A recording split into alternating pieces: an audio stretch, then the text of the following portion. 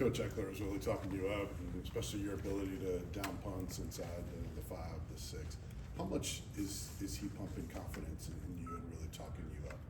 I mean, yeah, it's always good to have a coach that backs you in. We've done a lot of that stuff, especially in the stadium and stuff of late. So just building on what I did towards the end of the last season, it's really given me confidence going into this season, and I feel like that's one of my best traits is downing punts deep. What are some things that you really focused on to try to elevate your game even more? I think for me, I've always known how to kick a football, so it's just been sort of confidence in playing. Obviously started the year a bit rough last year, but building form towards the end of the season's really put me in good stead, and had a really good camp and stuff like that, so I'm ready to go. Is there a difference in like getting to a comfort level between practice field and stadium on game day? I mean, yeah, you can do as much as you want in the practice field, but out there's different, obviously. You can't replicate that at practice as much, but we try to do as much as we can to do that, give them different rush looks and stuff, which definitely makes me more comfortable going to games. So I guess you've been over here for about 2 years now. How much more comfortable are you just living in this area, American football classes, than you were maybe this time last year and especially 2 years ago? Yeah, extremely. Got here 2 years to the day last week, so sort of got to reflect on some photos of my camera album and stuff like that, looking back when I came, and sort of realised how much I've grown as a person, as a player, stuff since then. So really like my time in Knoxville now. It's definitely a second home. But, I've said before, I definitely did take a bit of time, but really adjusted to life here and I'm loving it. Jackson, how often are you able to go home, like in the off season, and what's that like, the process of getting there? Yeah, I mean, it's very like last minute sort of stuff, because obviously our schedule's pretty full on throughout the whole year. So after the bowl game, I get to go home for a little bit, around 15, 16 days. So it's a late book of a flight, figuring out what game we're in and stuff like that. But to get home's awesome.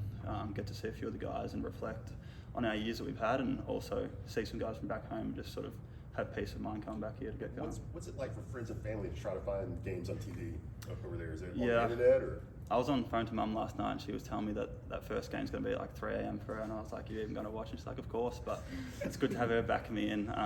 They're coming over this season again, so honestly, first season I got here, I gave out tickets to all my teammates and stuff, but now I'm like trying to get tickets from them, so it's pretty cool to have friends and family coming over from Australia for games. So your family hadn't been to any games yet since you've been here? Last season they came to, I think, 4 in the end, so I think this year Mum's doing 5. Even some friends are coming for 3 weeks in a row and stuff during that Alabama, Florida period, so it's going to be awesome. So what was their impression of SEC football when they got over here? Yeah, I think all my friends and family had no idea how big it was. Obviously you can watch it on TV, but once you're actually in that stadium, the environment's like nothing else.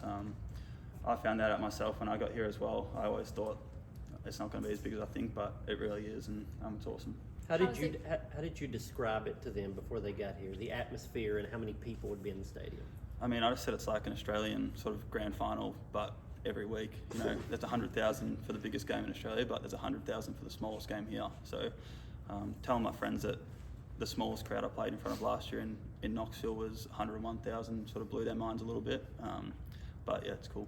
Did it take any convincing for them to believe you that it is like 100,000 every week, regardless of where you are sometimes? I mean, yeah, I think probably when I do say that, people are like, oh yeah, cool, I'm sure, but then they actually come and go, oh, wow, you know, so. What is the first thing you show them when they visit Knoxville? First things first is get a coffee down in Old City at my favourite spot, 5 and Hoke. That's where I go most days, but it's the best coffee in Knoxville, so I take them there first, then we go for a little look around, but they just like going to restaurants and stuff like that, seeing what's cool, but obviously campus blew them away as well. What was that coffee shop again? 5 and Hoke. Very good, plug. Jeremiah's heard the other week said that he punted in high school. Have you had any conversations with him, or has he told you that he's punted in high school? I mean, there's probably 124 people on this team that did punt in high school, they tell me.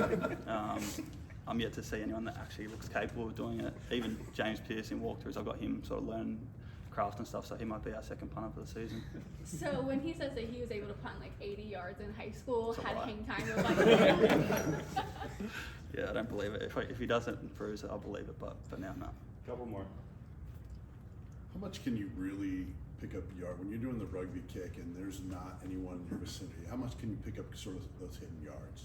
Yeah, I mean, it's hard. You got to sort of feel the rush and stuff like that, but I think we had one against South Carolina last year, which evidently got called back for something that happened on the line of scrimmage, but that sort of gives me an extra 8 yards, which is, you know, you can punt the ball 35 and you still get a 43-yard punt and so, but getting moving is really good to sort of get your hips moving and stuff like that, but every sort of punt's different and has its benefits. You mentioned how much bigger the stadiums are here, especially at Neyland Stadium. How much more comfortable do you feel in those environments to have a confident punt? Yeah, I'm extremely confident now. I think I had probably my best game of the year at Alabama last year, so that really gave me confidence going into different stadiums and environments. So, Thanks, Jackson. thank you. Appreciate it. Thanks, Jackson. Jackson, I'm going